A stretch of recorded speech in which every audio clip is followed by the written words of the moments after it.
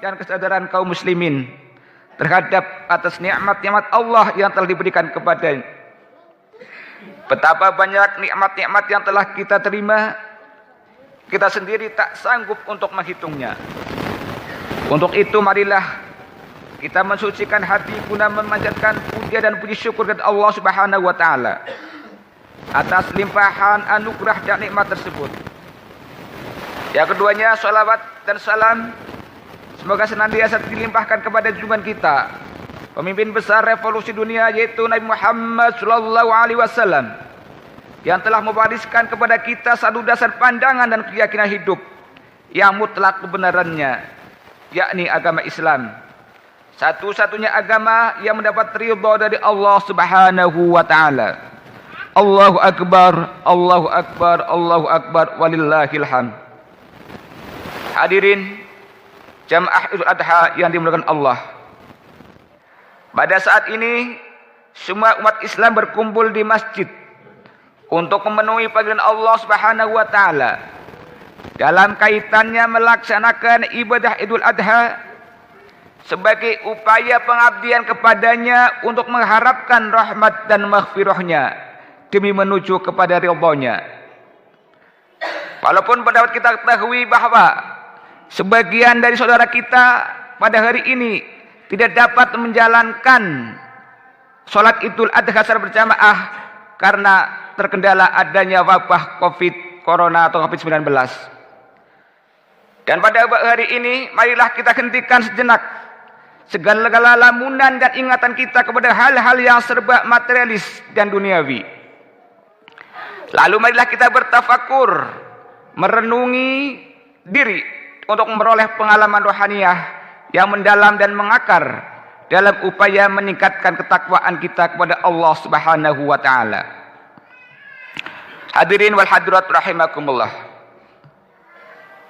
Jika sampai pada hari ini masih banyak perintah Allah yang belum dapat kita laksanakan dan masih banyak pula larangan Allah yang masih kita langgar, maka dengan semangat Idul Kurban ini, mari kita tingkatkan usaha kita untuk lebih mendekati perintah-perintah Allah dan menjauhi larangan-larangannya. Dan jika di antara kita ada yang telah mampu untuk melaksanakan ibadah kurban, namun belum pernah menunaikannya, maka laksanakanlah segera. Sebab Rasulullah SAW memberikan peringatan keras dalam sebuah hadisnya, "Man kana lahu sa'atun wa la yudhi fala yaqrubanna musallana." Yang artinya barang siapa mempunyai keleluasan untuk melaksanakan ibadah kurban tapi dia tidak melaksanakannya, maka janganlah mendekati tempat ibadah kami. Dalam hadis lain Rasulullah juga meringatkan kepada kita, "Man kana lahu sa'atun fala yudhi falyamut insya'an Yahudian wa insya'a Nasranian." Yang artinya barang siapa mempunyai kelapangan rizki tapi tidak mau berkorban, maka mati sajalah ia, kalau mau sebagai orang Yahudi dan kalau mau sebagai orang Nasrani. Na'udzubillah. Hadirin wal hadirat yang dimuliakan Allah, melaksanakan ibadah kurban tidak mesti harus dengan hewan yang sangat mahal, ya tidak terjangkau oleh golongan ekonomi menengah atau ekonomi lemah. Tetapi melaksanakan ibadah kurban cukup dengan hewan yang telah memenuhi syarat sebagaimana yang ada dalam Al-Quran. Sebab sesungguhnya hewan kurban tersebut tidak akan mencapai keridhaan Allah, namun rasa takwa kitalah yang akan mencapainya. Sebagaimana firman Allah, "A'udzu billahi minasyaitonir rajim. La yanalallaha hurumuha, la yanalallaha luhumuha wala dima'uha, walakin yanaluhu taqwa minkum." Yang artinya daging-daging onta dan darahnya itu sekali-kali tidak akan dapat mencapai keridhaan Allah, tetapi hanya ketakwaan kalianlah yang akan dapat mencapainya. Pada bulan ini juga disyariatkan rukun Islam yang kelima, yaitu haji. Walaupun pada saat ini dunia sedang mengalami wabah corona sehingga pemerintah Saudi Arabia membatasi jamaah haji, yaitu hanya orang-orang yang ada di daerah Arab Saudi atau negara Arab Saudi. Dan pada saat ini seperti biasanya mari iman kita bertambah subur sehingga dapat menggugah mereka yang belum pernah melaksanakan ibadah kurban untuk segera membulatkan niatnya. Demikian pula di antara kita banyak yang belum dapat melaksanakan ibadah haji karena kurang mampu bertawakal atau berserah kepada Allah Subhanahu wa taala. Sebab kita semua yakin bahwa apabila Allah menghendaki sesuatu, maka tak seorang pun yang akan dapat menghalanginya. Dia Maha mendengar dan Maha mengetahui. Dan kita berharap akan mendapat balasan yang diberikan oleh Allah kepada orang-orang yang dapat menunaikan ibadah haji yang mabrur. Sebagaimana sabda Rasulullah SAW, Al-hajjul mabruru laisa lahu jazaa'un illal jannah. Yang artinya haji yang mabrur, tiada balasan yang pantas bagi yang menjalankannya kecuali surga. Hadirin para jamaah salat Idul Adha rahimakumullah. Dan bagi kita yang telah menunaikan ibadah haji, maka saat-saat seperti ini mengingatkan kita kepada kenikmatan sewaktu mengerjakan ibadah haji. Kenikmatan yang sulit ditemukan di luar tanah suci. Kenikmatan yang dalam. Kenikmatan yang dirasakan selama bertaqarrub kepada Allah Subhanahu wa taala. Dan kapan lagi kiranya mereka akan mendapatkan kenikmatan yang serupa. Begitu juga bagi kita yang telah rutin melaksanakan ibadah kurban setiap tahun, maka akan terasa pula nikmat yang telah ternilai harganya, yakni nikmat dapat melaksanakan syariat Allah walau kadang terasa berat sebelum melaksanakannya. Inilah antara lain nikmat yang dapat dirasakan oleh kaum muslimin dan muslimat pada saat mendengar kemat takbir, kemat tahlil dan tahmid sepanjang malam Idul Adha sampai pagi harinya. Allahu Akbar, Allahu Akbar, Allahu Akbar, walillahil hamd. Hadirin jamaah Idul Adha yang dimuliakan Allah. Harta, kesehatan, ilmu, pangkat dan jabatan yang mungkin kita miliki saat ini semata-mata merupakan anugerah dan sekaligus ujian dari Allah kepada kita sekalian. Dengannya apakah kita mau mensyukuri nikmat dan anugerah itu atau malah sebaliknya? Mensyukuri nikmat Allah berarti menggunakan nikmat itu sesuai dengan apa yang diperintahkan oleh Allah dan tidak menyalahgunakan atau menyelewengkannya kepada kemaksiatan. Allah memerintahkan kita untuk menunaikan ibadah haji, untuk membayar zakat, menyantuni anak yatim, menolong fakir miskin, menyembelih hewan kurban, membantu orang lain yang membutuhkan dan lain sebagainya.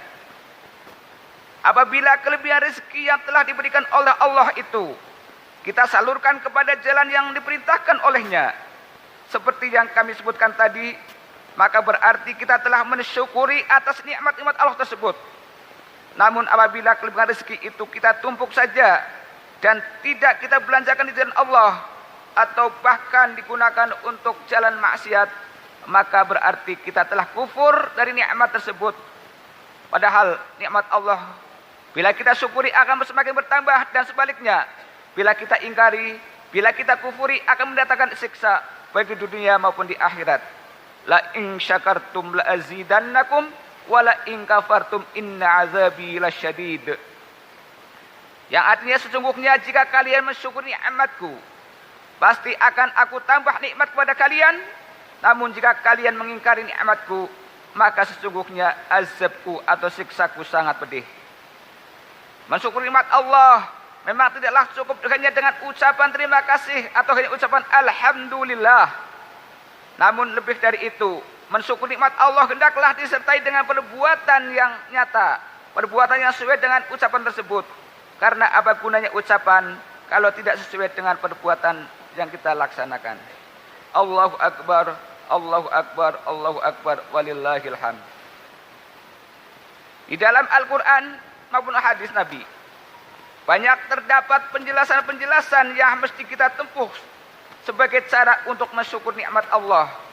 Di antaranya, tsumma latus'alunna yauma idzin 'anin na'im.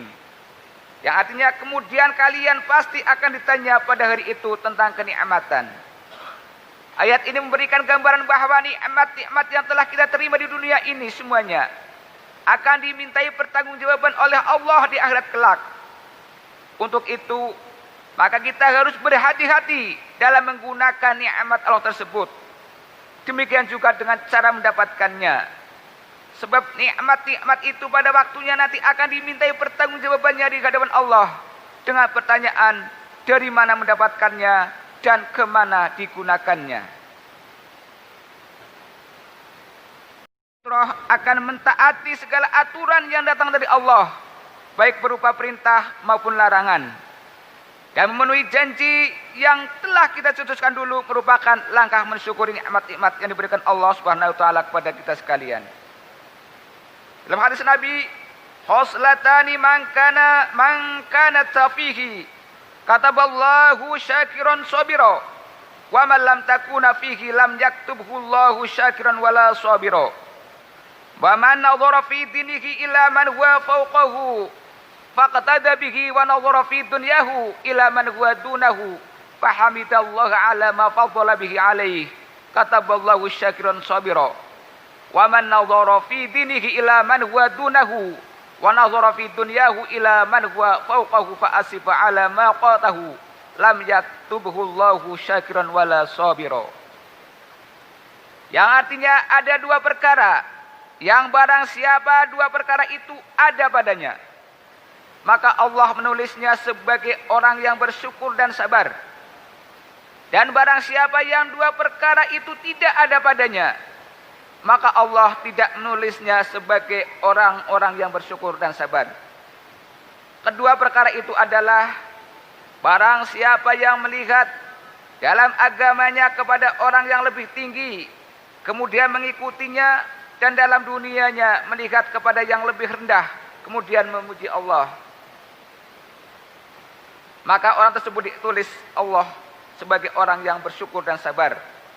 Dan barang siapa yang dalam masalah agamanya melihat kepada yang lebih rendah, dan dalam masalah dunia melihat kepada yang lebih tinggi, kemudian ia kecewa terhadap apa yang terjadi pada dirinya, maka Allah tidak menulisnya sebagai orang yang bersyukur lagi bersabar.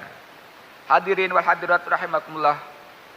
Rasanya cukup jelas keterangan hadis di atas tentang kemana arah seharusnya kita jadikan pandangan dalam masalah agama dunia, sehingga kita tidak salah arah atau serakah dalam masalah dunia dan lupa kita dalam mensyukuri nikmat Allah yang telah diberikan kepada kita sekalian.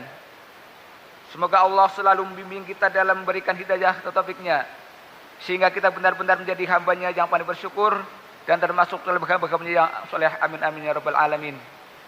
Dan semoga bagi kita sekalian yang pada saat ini belum mampu atau belum pernah menyembelih korban, semoga Allah beri hidayah dan pada tahun-tahun ke depan kita diberi kelonggaran rezeki, diberi kemanfaatan untuk dapat menyembelih korban pada hari nahar. Amin amin ya rabbal alamin.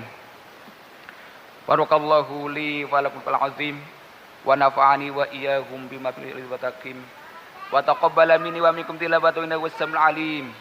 A'udzu billahi minasyaitonir rajim. Bismillahirrahmanirrahim.